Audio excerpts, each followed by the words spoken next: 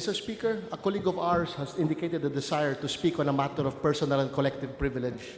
Mr. Speaker, I move for the recognition of the Honorable Carlos Isagani Zarate of the party list Bayan Muna. The Honorable Gentleman from Party List Bayan Muna, Carlos Zarate, will please state the nature of the matter on which he is rising. My collective privilege, Mr. Speaker, is about the situation of the political detainees in Camp Bagong Diwa, Mr. Speaker. The gentleman has 10 minutes. Please proceed. Thank you, Mr. Speaker. Mr. Speaker, my dear colleagues, I rise on a personal and collective privilege to raise an issue that is urgent and of high importance. Mr. Speaker, 5 days before the state and apostolic visit of Our Holiness Pope Francis, several political prisoners in Camp Bagong Diwa started a fasting and hunger strike on behalf of all political prisoners in the country and to demand justice and respect for human rights. The fasting and hunger strike was conducted to expose the numerous violations against the rights of political prisoners and to seek redress of their grievances, such as the filing of trump-up charges, unjust imprisonment, repressive measures inside the jails, and violation of their health and medical conditions, among others. The political prisoners even wrote an open letter to the Pope to ask for his intervention and convince the Aquino administration for their release from jail. The hunger strike in Camp Bagong Diwa was soon joined by all political prisoners throughout the country, numbering to about 500, and lasted during the duration of the Pope's visit. The political prisoners also asked that their meal allowance for the same period be saved and donated to the victims of Super Typhoon Yolanda and Typhoon Sinyang. However, despite this, Mr. Speaker, their condition remains the same and their grievances have fallen to deaf ears. Worst, the jail warden of Camp Bagong Diwa refused to allow their lawyers, paralegals, and doctors to visit them during the duration of the hunger strike. Jail warden Michelle Nang Bunto denied the political prisoners their right to be checked by the doctors of their own choice for their medical condition during and after the hunger strike.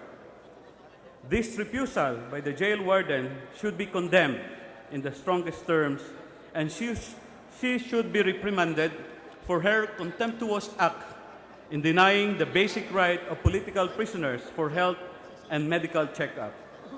This act by jail warden Michelle Bunto shows how inhuman her treatment of the political prisoners has been. Mr. Speaker, Jail Warden Bunto probably thinks that the political prisoners do not deserve to be treated by their own doctors. There are even reports stating that the jail warden is also inciting division among the different groups of prisoners or gangs and instigated one group in threatening the lives and security of other prisoners. The warden even used the hunger strike as a pretense for restricting all the prisoners' visitation rights and then blamed the political prisoners for these unjust restrictions. Hindi nararapat, Ginoong Speaker, na palampasin ang gawaing ito ni Warden Bunto.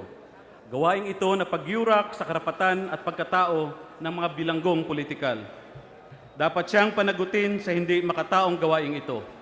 Ang hindi niya pagpayag na madalaw ang mga bilanggong politikal ng kanilang mga abogado at mga doktor at mga kamag-anak ay isang malaking paglabag sa karapatan ng mga bilanggo. Higit pa, ang pagpapakalat ni Jail Warden Bunto ng intriga at pagsulsul sa iba pang grupo ng mga bilanggo upang magalit sila sa mga bilanggong politikal ay nagpapakita ng isang makahayop na pagtrato ng BJMP sa mga bilanggo. This incident, Mr. Speaker, shows how our jail and penal system has been managed. It appears that the prisoners, particularly those who belong to the poor and marginalized sectors of society, do not have human rights and treated inhumanely. But if the prisoner belongs to the wealthy, influential, and powerful class, he or she is given preferential treatment, even being allowed to have his own many hotel accommodation inside the prison camp. Our detention and prison system, whose main function is supposedly to rehabilitate prisoners, has become an institution of outlaws and instigator of human rights violations. Under the present administration, Mr. Speaker, there is even an increasing number of political prisoners who continue to face unwarranted violation of their rights inside the prison cells, even as they are not yet convicted of any crime. Most of these political prisoners are consultants or staff of the National Democratic Front in the stalled peace negotiations with the government. Thus, Mr. Speaker, I also take this opportunity to call for the immediate resumption of the stalled peace negotiations between the government of the Philippines and the National Democratic Front. The peace negotiation, Mr. Speaker, is the best venue for discussing the root causes of the problems that befell our country and that gave rise to armed rebellion. The peace talks, frozen in the second and third, and I believe the most important substantive agenda, which are the discussion on economic and political rights, economic and political reforms that could be the forum where genuine economic development and political transformation could begin. Kapag nagsimula na po na mabalik at mapag-usapan ng gobyerno ng Pilipinas at ng National Democratic Front ang pang-ekonomiya at pampolitikang pagbabago, maaaring ito na rin ang magiging simula upang masilusyonan ang kahirapan, kawalang katarungan, korupsyon at iba pa. At ito rin ang magiging daan upang mabigyan ng solusyon ang armadong rebellion sa iba't ibang bahagi ng ating bansa. The peace negotiations, Mr. Speaker, can push through with both sides respecting and upholding all the previous agreements already signed and implement this with utmost honor and integrity.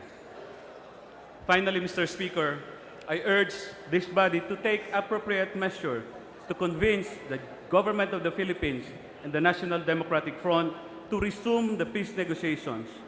Foremost of all, I also urge President Aquino to be sincere and immediately convene the government panel to resume in earnest the negotiations with the National Democratic Front of the Philippines. Thank you, Mr. Speaker, and thank you, my dear colleagues. Thank you, Honorable Carlos Isagani Zarate, the Majority Leader. Mr. Speaker, I move that we refer the speech of the Honorable Zarate to the Committee on Rules. Any objection? There being none, the speech of the Honorable Zarate is referred to the Committee on Rules.